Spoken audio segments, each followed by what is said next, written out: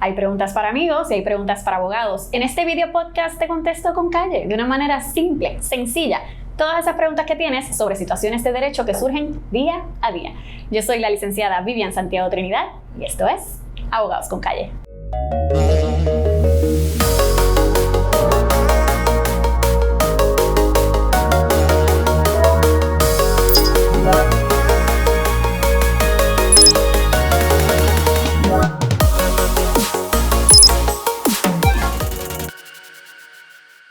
Bienvenidos a Abogados con Calle, muchísimas gracias por acompañarme.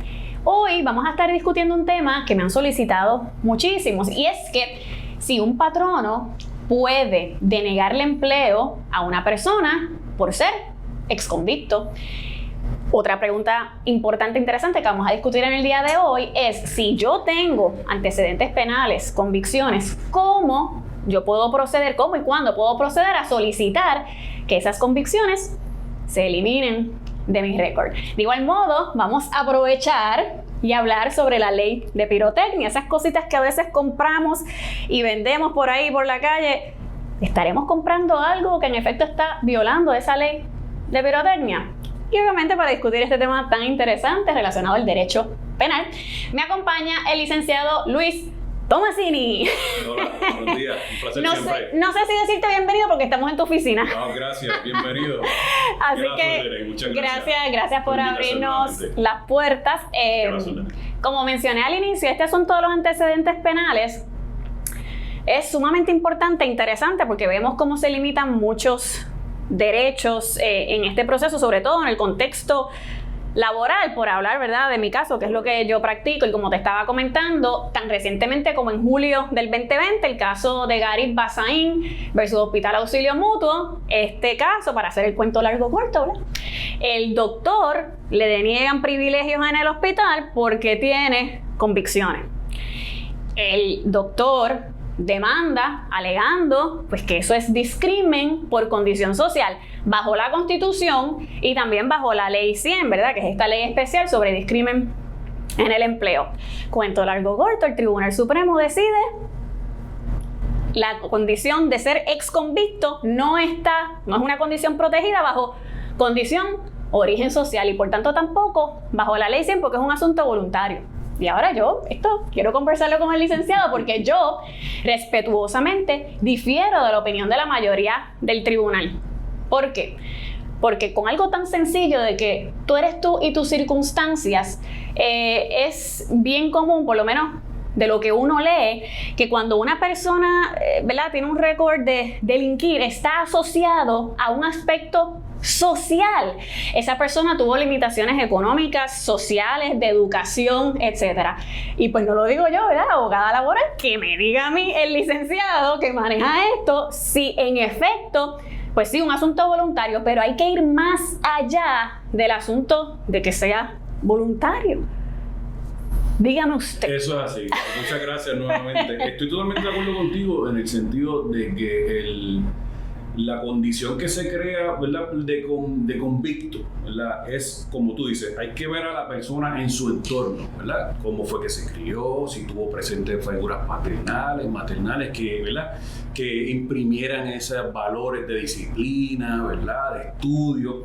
Yo recuerdo cuando yo practicaba en la Sociedad para Asistencia, donde yo comencé como abogado, donde lamentablemente, ¿verdad?, el promedio de la educación de estas personas que yo representaba estaba entre tercero, cuarto, quinto, sexto grado como mucho.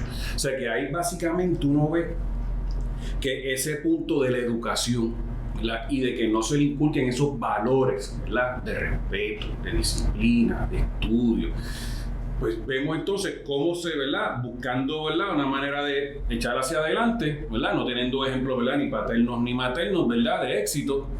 Pues entonces entran en la manera fácil de delinquir, lamentablemente. Es porque la misma condición social lo empuja y lo lleva a hacer eso. Exacto, por eso es que te digo tan sencillo como que tú eres tú y tus circunstancias. Y atar solamente eso a un aspecto voluntario, tú decidiste delinquir.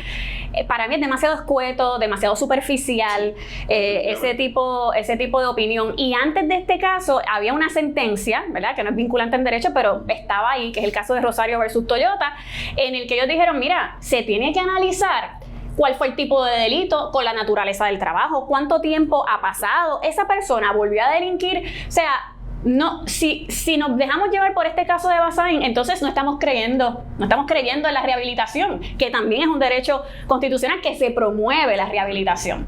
Pero nada, eso pues me lo quería sacar del pecho. Vamos entonces a lo que vinimos. Cuando tenemos antecedentes penales, tenemos convicciones, ¿cuándo y cómo podemos solicitar que se elimine eso? Muy bien. Existe entonces en Puerto Rico la ley que establece la eliminación de antecedentes penales, ¿verdad? Va a depender entonces qué tipo de delito la persona fue encontrada culpable, ¿verdad? De manera de repaso, recordemos que tenemos dos tipos de delitos en nuestro sistema judicial. Los delitos menos graves, que es la pena hasta 6 meses de cárcel o hasta $5,000 de multa. Y también tenemos los delitos graves, que son los delitos de 6 meses en adelante, de 6 meses y un día hacia arriba son delitos graves. ¿Right? Dicho eso, en el proceso para eliminación de antecedentes penales, o limpiar el récord, como se conoce comúnmente, para un delito menos grave, ¿verdad? Yo tengo, ¿verdad?, que después que el tribunal me encuentre culpable, ¿verdad?, y me impone, digamos, una pena de multa, pues son $500 de multa. Ese día cuando yo pago esa multa, comienza ese término que tengo que esperar, mire esto, hay que esperar un término cuando son delitos menos graves de 6 meses. ¿Right? Yo pagué mi multa. Y desde el momento en que yo pago esa multa, tengo que esperar 6 meses. Ahora bien, en ese término de tiempo yo no puedo cometer nuevo delito, ¿verdad? Y mantener, ¿verdad?, que gozo de buena reputación en la comunidad. ¿Cómo se hace esto? Como un delito menos grave, un poquito más fácil, un poquito más informal. Usted va donde un abogado notario y ahí entonces usted va a solicitar que se le haga una declaración jurada, donde va a contener obviamente sus circunstancias personales, va a establecer entonces la fecha en que fue encontrado culpable, la multa impuesta, la fecha que lo pagó, que no ha cometido un nuevo delito, que goza de buena reputación. Igualmente va a anejar, ¿verdad? Va con ese documento de declaración jurada, usted va a anejar que la sentencia y el recibo del pago de la multa, que es lo que establece el término de los 6 meses. Tan pronto usted tenga ese documento, va a ir al cuartel general y ahí va a entregarlo y la policía va entonces, ¿verdad?, a tomar esa declaración jurada, va a hacer esa anotación en ese expediente y luego entonces ya puede solicitar en cuanto al delito menos grave, que es un asunto, como le dije, informal. Ya el delito menos grave tomó un giro más formal, ya hay que ir al tribunal, se presenta una petición, ¿verdad?, como si fuese una moción, donde igualmente yo le voy a solicitar al tribunal que ordene al superintendente de la policía o comisionado a que me limpie el récord, que antecedentes penales los saque de mi récord. Pero entonces ahí tengo que cumplir con otros requisitos. Obviamente tengo que incluir la sentencia, tengo que incluir declaración jurada de 2 testigos. El caso importante, si está relacionado con un delito de naturaleza sexual, tiene que entonces estar pendiente si esa persona sigue o no en el registro de ofensores sexuales. Igualmente, una prueba de ADN de ese mismo registro para verificar que es la misma persona. ¿Bien? Igualmente va a necesitar un certificado de rehabilitación del Departamento de Corrección. Como muy bien señora licenciada, en la Constitución de Puerto Rico, específicamente el artículo 6, sección 19, establece que el gobierno, el Estado, tiene la obligación de establecer programas de rehabilitación y los fondos para la misma. O sea que, por lo tanto, la Constitución le da un mandato al Estado, al gobierno, para rehabilitar. Parte de esa rehabilitación y la mayoría de las condiciones, por no decir siempre que imponen el tribunal o los sociales en corrección, es que trabajo, ¿verdad? Porque el ocio está demostrado que es lo que crea que el asunto, ¿verdad?, hace más propenso a delinquir a las personas. Cuando se trabaja o se estudia, pues la persona pues tiene la mente ocupada.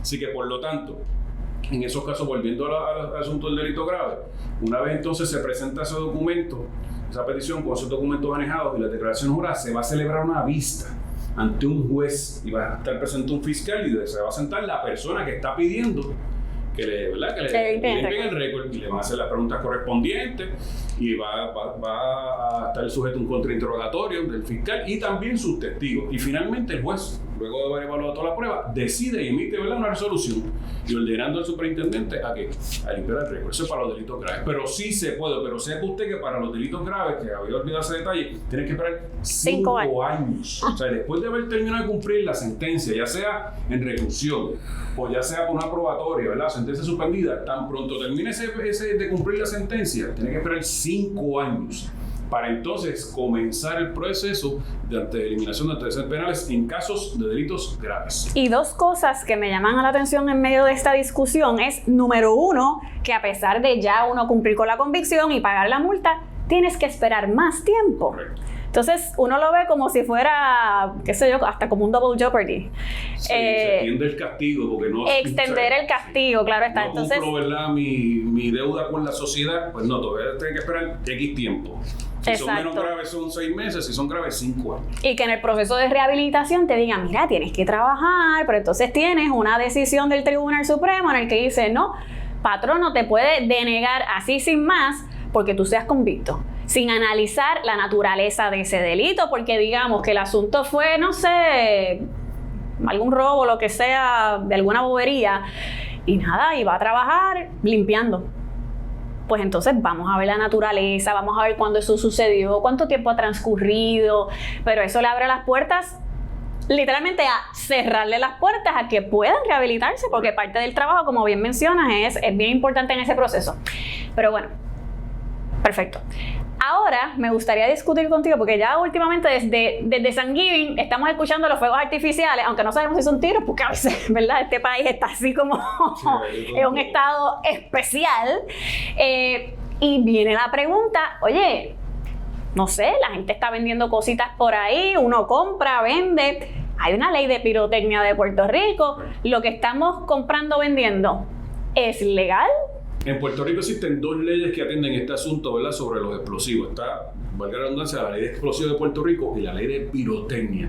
La ley de pirotecnia atiende a asuntos relacionados con petardos, citraques, cheribones, fuego artificial, ¿verdad? Lo que son más para fiestas, ¿verdad? Y compromisos y fiestas patronales, todo es todas correcto. esas cosas. Y entonces está la de explosivos, que es la que va dirigida, ¿verdad? La que puede causar daños y destrucciones, ¿verdad? Como dinamita, perdón, y ese tipo de cosas. Ahora bien, hemos visto, ¿verdad?, que en los últimos años, en fechas específicas, cerca del 4 de julio y despedida de año, pues uno ve que en las tiendas pues, venden, ¿verdad?, estrellitas y que si fuego artificial. Garbanzos, pero eso sepa, importante, la ley no permite que se compren artículos o artefactos que en su label, ¿verdad?, la etiqueta dice que dice shoots, o sea, que dispara. yo te tengo aquí evidenciado. ¿Ves? Esto estamos hablando, nosotros antes de entrar revisamos estos artículos que están aquí y ninguno establece el asunto de shoots. O sea, si en el label de la precaución del fabricante dice shoots, o sea, que dispara, esos están prohibidos por ley. O sea, los que suben, esos están prohibidos por ley, no se pueden comprar, son ilegales. Ahora, el que diga emits, o sea, que lo que emite es las lucecitas. Ese sí se puede, o sea, porque ese no sube, no dispara. ¿Sabes? Así que estos que están aquí, que son los que uno puede comprar en cualquier tienda, ¿verdad? Que usted entienda que los vendan, pues estos sí son legales.